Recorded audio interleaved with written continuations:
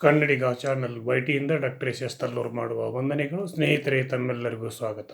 ನಾನಿವತ್ತು ಶಿರಡಿ ಸಾಯಿಬಾಬಾರ ಒಂದು ಸತ್ಯವಾದ ಘಟನೆಯನ್ನು ಈ ಸಂಚಿಕೆಯ ಮುಖಾಂತರ ನಾಡಿನ ಜನತೆಗೆ ತಲುಪಿಸುವ ಒಂದು ಸದುದ್ದೇಶದಿಂದ ಈ ಸಂಚಿಕೆಯನ್ನು ಮಾಡ್ತಾ ಇದ್ದೇನೆ. ಯಾಕಂದರೆ ಇದು ಈಗ ತಾನೇ ನಡೆದಿರ್ತಕ್ಕಂಥ ಒಂದು ಘಟನೆ ಅಂತಲೇ ನಾನು ಈ ಸಂದರ್ಭದಲ್ಲಿ ತಮಗೆ ತಿಳಿಸಲಿಕ್ಕೆ ಬಯಸಿದ್ದೇನೆ ಸ್ನೇಹಿತರೆ. ಜೊತೆಗೆ ಈ ಒಂದು ಪವಾಡಗಳು ಸಾಕಷ್ಟು ಪ್ರಮಾಣದಲ್ಲಿ ಆಗಿದ್ದಾವೆ, ಆಗ್ತಾ ಇರ್ತವೆ, ಹಾಗೂ ಈಗಲೂ ಕೂಡ ನಡೀತಾ ಇದ್ದಾವೆ ಅನ್ನೋದಕ್ಕೆ ಈ ಘಟನೆಯೂ ಕೂಡ ಸಾಕ್ಷಿ ಅಂತೇಳಿ ನಾನು ಭಾವಿಸ್ತೀನಿ. ಯಾಕಂದರೆ ಹಲವಾರು ದೇವತೆಗಳ ಒಂದು ಕೃಪಾ ಕಟಾಕ್ಷವನ್ನು ಮಾನವರಾದ ನಾವೆಲ್ಲರೂ ಕೂಡ ಪಡೆದಿರತಕ್ಕಂಥ ಈ ಸಂದರ್ಭದಲ್ಲಿ ನಾವು ಯಾವ ದೇವರನ್ನು ನಂಬಿರ್ತೀವೋ, ಅಚಲವಾದ ಭಕ್ತಿಯಿಂದ ಅವರನ್ನು ಪೂಜಿಸ್ತಿರ್ತೀವೋ, ಅವರನ್ನು ಪ್ರಾರ್ಥನೆ ಮಾಡ್ತಿರ್ತೀವೋ, ಆ ಒಂದು ದೈವ ನಮ್ಮನ್ನು ಸದಾ ಕಾಪಾಡ್ತೈತಿ, ನಮ್ಮ ಜೊತೆಗೆ ಸದಾ ನಿಲ್ತೈತಿ, ನಮ್ಮ ಕಷ್ಟ ಸುಖಗಳನ್ನು ನೋಡ್ತಿರ್ತೈತಿ. ಜೊತೆಗೆ ಆ ಕಷ್ಟಗಳನ್ನು ಪರಿಹಾರ ಮಾಡಲಿಕ್ಕೆ ತನ್ನದೇ ಆದಂಥ ಒಂದು ಆಚಾರ ವಿಚಾರಗಳನ್ನು ಕೂಡ ಇಟ್ಟುಕೊಂಡಿರುತ್ತೆ ಅನ್ನೋದಕ್ಕೆ ಸಾಕ್ಷಿಯಾಗಿ ಈಗ ಅಂದರೆ ಇದೇ ಸುಗ್ಗಿಯ ಒಂದು ಹಂಗಾಮಿನಲ್ಲಿ ನಡೆದಿರ್ತಕ್ಕಂಥ ಈ ಘಟನೆಯಿಂದ ನಾವೆಲ್ಲರೂ ತಿಳಿದುಕೊಳ್ಬೇಕಾಗಿರ್ತಕ್ಕಂಥ ಪಾಠ ಏನು ಅನ್ನುವುದನ್ನು ಈ ಸಂದರ್ಭದಲ್ಲಿ ನಾನು ವಿವರಿಸುತ್ತಾ, ಯಾವತ್ತೂ ಕೂಡ ನಾವು ದೇವರ ಮೇಲೆ ನಂಬಿಕೆಯನ್ನು ಕಳೆದುಕೊಳ್ಳಬಾರ್ದು. ಆ ದೇವರ ಕಟಾಕ್ಷಕ್ಕೆ ನಾವೆಲ್ಲರೂ ಪಾತ್ರರಾಗಬೇಕು. ಜೊತೆಗೆ ಸದಾ ದೇವರ ನಾಮಸ್ಮರಣೆಯಲ್ಲಿ ನಾವು ನಮ್ಮನ್ನು ತೊಡಗಿಸಿಕೊಳ್ಬೇಕು ಅನ್ನುವಂಥ ಒಂದು ಸದುದ್ದೇಶದಿಂದ ಈ ಸಂಚಿಕೆಯನ್ನು ಮಾಡ್ತಾ ಇದ್ದೇನೆ. ಯಾಕಂದರೆ ನಮ್ಮ ನಿತ್ಯ ಕರ್ಮಾದಿಗಳನ್ನು ಮುಗಿಸಿಕೊಂಡು ಬಿಡುವಿನ ಸಮಯದಲ್ಲಿ ಹಾಗೂ ಇನ್ನುಳಿದ ಯಾವುದೇ ಒಂದು ಬಿಡುವಿನ ಸಮಯದಲ್ಲಿ ನಾವು ದೇವರ ಒಂದು ಪ್ರಾರ್ಥನೆಯನ್ನು ಮಾಡುತ್ತಾ ದೇವರ ಆರಾಧನೆಯಲ್ಲಿ ತೊಡಗಿದರೆ ಆ ದೇವರು ನಮ್ಮ ಜೊತೆಗೆ ಇರ್ತಾನೆ. ಅವರ ಒಂದು ಕೃಪಾ ಕಟಾಕ್ಷ ನಮ್ಮೆಲ್ಲರ ಮೇಲೆ ಆಗುತ್ತೆ ಅನ್ನುವುದಕ್ಕೆ ಸಾಕ್ಷಿಯಾಗಿ ಈ ಸಂಚಿಕೆಯನ್ನು ನಾನು ಪ್ರಸ್ತುತಪಡಿಸ್ತಾ ಇದ್ದೇನೆ. ಜೊತೆಗೆ ಇಂಥ ಹಲವಾರು ಪವಾಡಗಳು ನಡೀತಾ ಇರ್ತವೆ.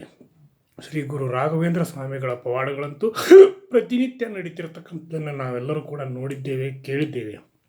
ಜೊತೆಗೆ ಶಿರಡಿ ಸಾಯಿಬಾಬಾರ ಪವಾಡಗಳಿಗೇನೂ ಕೊರತೆ ಇಲ್ಲ. ಆ ಪವಾಡಗಳನ್ನು ಕೂಡ ನಾವು ಕೇಳ್ತಾ ಇದ್ದೇವೆ, ನೋಡ್ತಾ ಇದ್ದೇವೆ, ಅನುಭವಿಸ್ತಾ ಇದ್ದೇವೆ ಅನ್ನೋದಕ್ಕೆ ಈ ಸಂಚಿಕೆ ಸಾಕ್ಷಿ ಆಗುತ್ತೆ ಅನ್ನುವಂಥ ನಂಬಿಕೆ ನನ್ನದು. ದೇವರನ್ನು ನಂಬಿ ಕೆಟ್ಟವರು ಯಾರೂ ಇಲ್ಲ. ದೇವರ ನಾಮಸ್ಮರಣೆಯನ್ನು ಮಾಡದೇ ಇರೋರು ಕೂಡ ಯಾರೂ ಇಲ್ಲ. ಯಾಕಂದರೆ ಎಂಥ ಕಟುಕನೂ ಕೂಡ ದೇವರ ನಾಮಸ್ಮರಣೆಯನ್ನು ಮಾಡಿ ತನ್ನ ಪಾಪ ಕೃತ್ಯಗಳನ್ನು ತೊಳೆದುಕೊಂಡಿರ್ತಕ್ಕಂಥ ಹಲವಾರು ಉದಾಹರಣೆಗಳನ್ನು ಕೂಡ ನಾವು ಪುರಾಣ ಕಾಲಗಳಿಂದಲೂ, ಮಹಾಭಾರತದ ಕಾಲಗಳಿಂದಲೂ, ರಾಮಾಯಣದ ಕಾಲಗಳಿಂದಲೂ ಕೂಡ ತಿಳಿದಿರ್ತಕ್ಕಂಥದ್ದು. ಕಟು ವಾಸ್ತವ ಸತ್ಯ ಅನ್ನುವಂಥ ಭಾವನೆ ಪ್ರತಿಯೊಬ್ಬರಲ್ಲೂ ಕೂಡ ಇದೆ. ಹೀಗಿರುವಾಗ ಈಗಲೂ ಕೂಡ ಅಂಥ ಸಾಕಷ್ಟು ಜನ ಕಟುಕರು, ಸಮಾಜ ದ್ರೋಹಿಗಳು ಹಾಗೂ ಅನಾಚಾರ ಮಾಡ್ತಿರ್ತಕ್ಕಂಥ ಸಾಕಷ್ಟು ಜನ ನಮ್ಮ ನಡುವೆ ಇದ್ದರೂ ಕೂಡ ಅಂಥವರಿಗೂ ಕೂಡ ದೇವರು ಇದ್ದಾನೆ. ಯಾಕಂದ್ರೆ ಅವರನ್ನು ಕೂಡ ಕಾಪಾಡೋದು ದೇವರ ಕರ್ತವ್ಯ. ಹೀಗಿರುವಾಗ ಯಾವುದೇ ಕಾರಣಕ್ಕೂ ಕೂಡ ನಾವು ಮತ್ತೊಬ್ಬರಿಗೆ ತೊಂದರೆಯನ್ನು, ಕೇಡನ್ನು ಬಯಸಬಾರದು.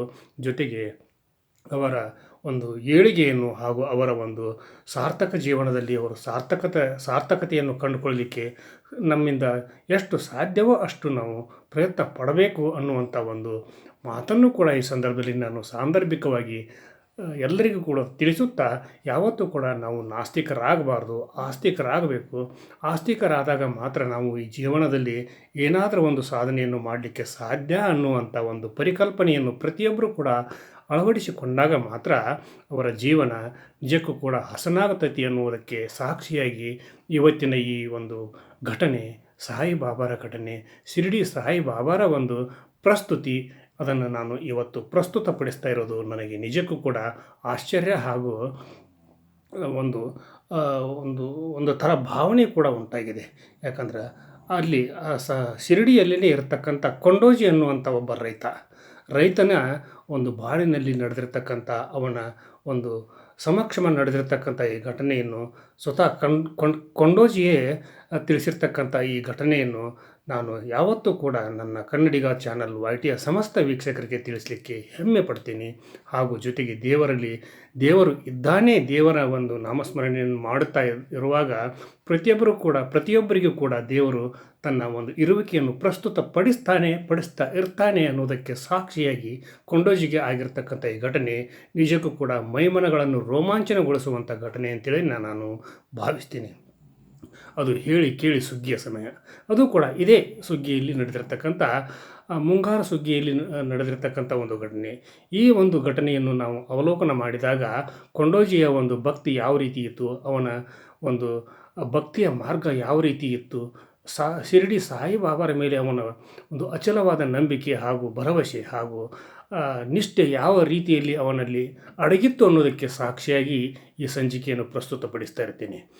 ಜೊತೆಗೆ ಕೊಂಡೋಜಿಯ ಮನೆತನದಲ್ಲಿ ಇರ್ತಕ್ಕಂಥ ಅವನ ಪತ್ನಿ, ಅವನ ಮಕ್ಕಳು ಹಾಗೂ ಅವನ ಸಂಬಂಧಿಕರು ಕೂಡ ಶಿರಡಿ ಸಾಯಿಬಾಬಾರ ಆರಾಧ್ಯ ಭಕ್ತರು ಹಾಗೂ ನಿಷ್ಕಲ್ಮಶ ಹೊಂದಿರದೇ ಇರತಕ್ಕಂಥ ಒಂದು ಭಕ್ತರು ಅಂತೇಳಿ ಈ ಸಂದರ್ಭದಲ್ಲಿ ಹೇಳಲಿಕ್ಕೆ ನಾನು ಇಷ್ಟಪಡ್ತೀನಿ. ಕೊಂಡೋಜಿಯ ಈ ಒಂದು ಘಟನೆ ನಿಜಕ್ಕೂ ಕೂಡ ಸಾಯಿಬಾಬಾರನ್ನು ನಂಬಿರ್ತಕ್ಕಂಥ ಹಾಗೂ ನೀವು ನಂಬಿರ್ತಕ್ಕಂಥ ಯಾವುದೇ ದೇವತೆಗಳನ್ನು ನಂಬಿರ್ತಕ್ಕಂಥ ದೇವರು ನಿಮಗೆ ಮೋಸ ಮಾಡೋದಿಲ್ಲ. ನಿಮ್ಮ ಕಷ್ಟಕ್ಕೆ ಅವನು ತನ್ನ ಒಂದು ನೆರವನ್ನು ನೀಡ್ತಾನೆ, ಕಷ್ಟವನ್ನು ಪರಿಹರಿಸ್ತಾನೆ ಅನ್ನೋದಕ್ಕೆ ಸಾಕ್ಷಿಯಾಗಿ ಈ ಸಂಚಿಕೆಯನ್ನು ನಾನು ನೀಡ್ತಾ ಇದ್ದೇನೆ. ಹೇಳಿ ಕೇಳಿ ಸುಗ್ಗಿಯ ಸಮಯ. ಹೊಲದಲ್ಲಿ ಬಂದಿರತಕ್ಕಂಥ ಮುಂಗಾರು ಬೆಳೆಯ ಒಂದು ಪೈರನ್ನು ಅವನು ಕಟಾವು ಮಾಡಿ ಒಂದು ಕಣದಲ್ಲಿ ಶೇಖರಿಸಿ ಇಟ್ಟಿರ್ತಾನೆ.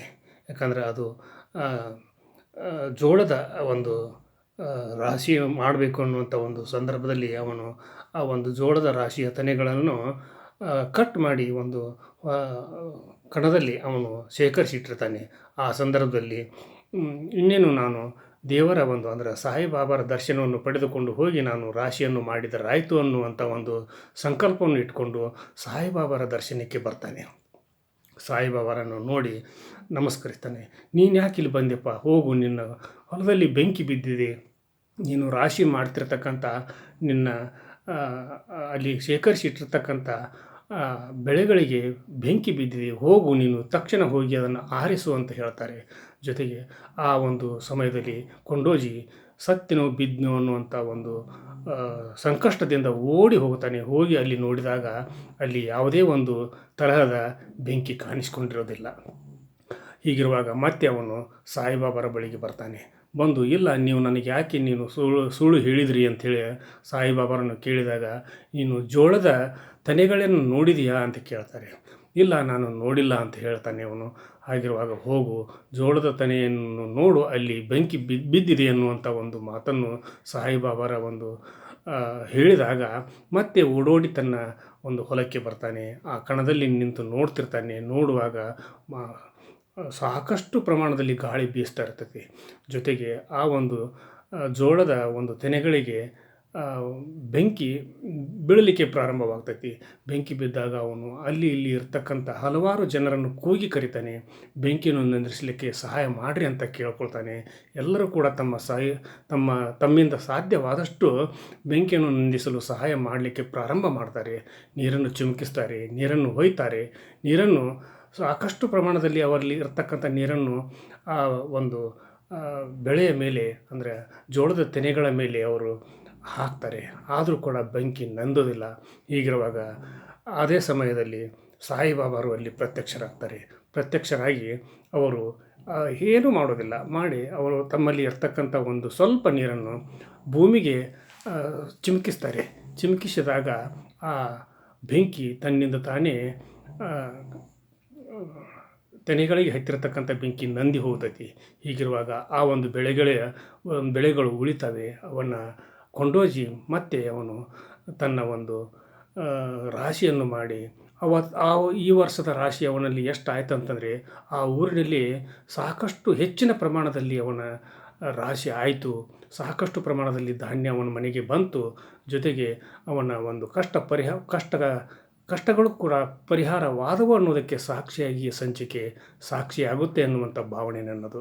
ಯಾಕಂದರೆ ಸಾಯಿಬಾಬಾರನ್ನು ಮನದಲ್ಲಿ ನೆನೆದುಕೊಂಡರೆ ಸಾಯಿಬಾಬಾರನ್ನು ನಾವು ಕ್ಷಣ ಮಾತ್ರದಲ್ಲಿ ಅವನನ್ನು ನಾವು ಪ್ರಾರ್ಥನೆ ಮಾಡಿದರೆ ಸಾಯಿಬಾಬಾ ನಿಜಕ್ಕೂ ಕೂಡ ನಮ್ಮ ಸಹಾಯಕ್ಕೆ ಬರ್ತಾರೆ, ನಮ್ಮ ಕರೆಗೆ ಓಗೊಡ್ತಾರೆ, ನಮ್ಮ ಒಂದು ಭಾವನೆಗಳಿಗೆ ಅವರು ಸ್ಪಂದಿಸ್ತಾರೆ ಅನ್ನೋದಕ್ಕೆ ಸಾಕ್ಷಿಯಾಗಿ ಕೊಂಡೋಜಿಯ ಈ ಒಂದು ಘಟನೆಯು ಸಾಕ್ಷಿ. ಹೀಗಿರುವಾಗ ಸಾಯಿಬಾಬಾರ ಹಲವಾರು ಪವಾಡಗಳನ್ನು ನೋಡಿರ್ತಕ್ಕಂಥ ಕೇಳಿರ್ತಕ್ಕಂಥ ಪ್ರತಿಯೊಬ್ಬರು ಕೂಡ ನನಗೆ ಇಂಥ ಸಂಚಿಕೆಗಳನ್ನು ಮಾಡಲು ಸಾಧ್ಯವಾಗುವ ರೀತಿಯಲ್ಲಿ ನೀವು ತಿಳಿಸ್ರಿ. ಅವುಗಳನ್ನು ಕೂಡ ನಾನು ಮುಂದಿನ ಸಂಚಿಕೆಗಳಲ್ಲಿ ನನ್ನ ಒಂದು ಕನ್ನಡಿಗ ಚಾನಲ್ YTಯಲ್ಲಿ ನಾನು ಪ್ರಸಾರ ಮಾಡ್ತೀನಿ. ಜೊತೆಗೆ ನಾಳಿನ ಸಂಚಿಕೆ ಅತಿ ಅದ್ಭುತವಾದ ಸಂಚಿಕೆ. ಆ ಸಂಚಿಕೆಯಲ್ಲಿ ಪ್ರಸ್ತುತ ನಾನು ನಡೆದು ಬಂದ ದಾರಿಯನ್ನು ಕೂಡ ನಾನು ಹೇಳಲಿಕ್ಕೆ ಬಯಸಿದ್ದೀನಿ. ಯಾಕಂದರೆ ಇದು ಅತಿ ನಿಮ್ಮಂಥ ಒಂದು ನೋಡುಗರು, ಕೇಳುಗರು ಹಾಗೂ ಈ ಕನ್ನಡಿಗ ಚಾನಲ್ YTಗೆ ಸಂಬಂಧಪಟ್ಟವರಿಗೆ ಪ್ರತಿಯೊಬ್ಬರೂ ಕೂಡ ಈ ಸಂಚಿಕೆಗಳು ಒಳ್ಳೆಯ ಒಂದು ಸಂದೇಶವನ್ನು ನೀಡ್ತವೆ ಅನ್ನೋದಕ್ಕೆ ಸಾಕ್ಷಿಯಾಗಿ ಕನ್ನಡಿಗ ಚಾನಲ್ YT ಇವತ್ತಿನಿಂದ ಹಿಡಿದು ಯಾವತ್ತೂ ಕೂಡ ಸತ್ಯವಾದ ಘಟನೆಗಳನ್ನು ಪ್ರಸಾರ ಮಾಡ್ತಾ ಇರುತ್ತೆ ಅನ್ನೋದಕ್ಕೆ ಸಾಕ್ಷಿಯಾಗಿ ನಾಳಿನ ಸಂಚಿಕೆಯನ್ನು ನೀವೆಲ್ಲರೂ ನೋಡಿರಿ.